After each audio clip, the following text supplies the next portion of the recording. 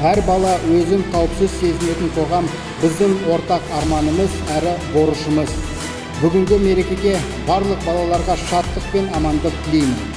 Әр баланың күлкісі еліміздің тыныштығы мен тұрақтылығын кепілі.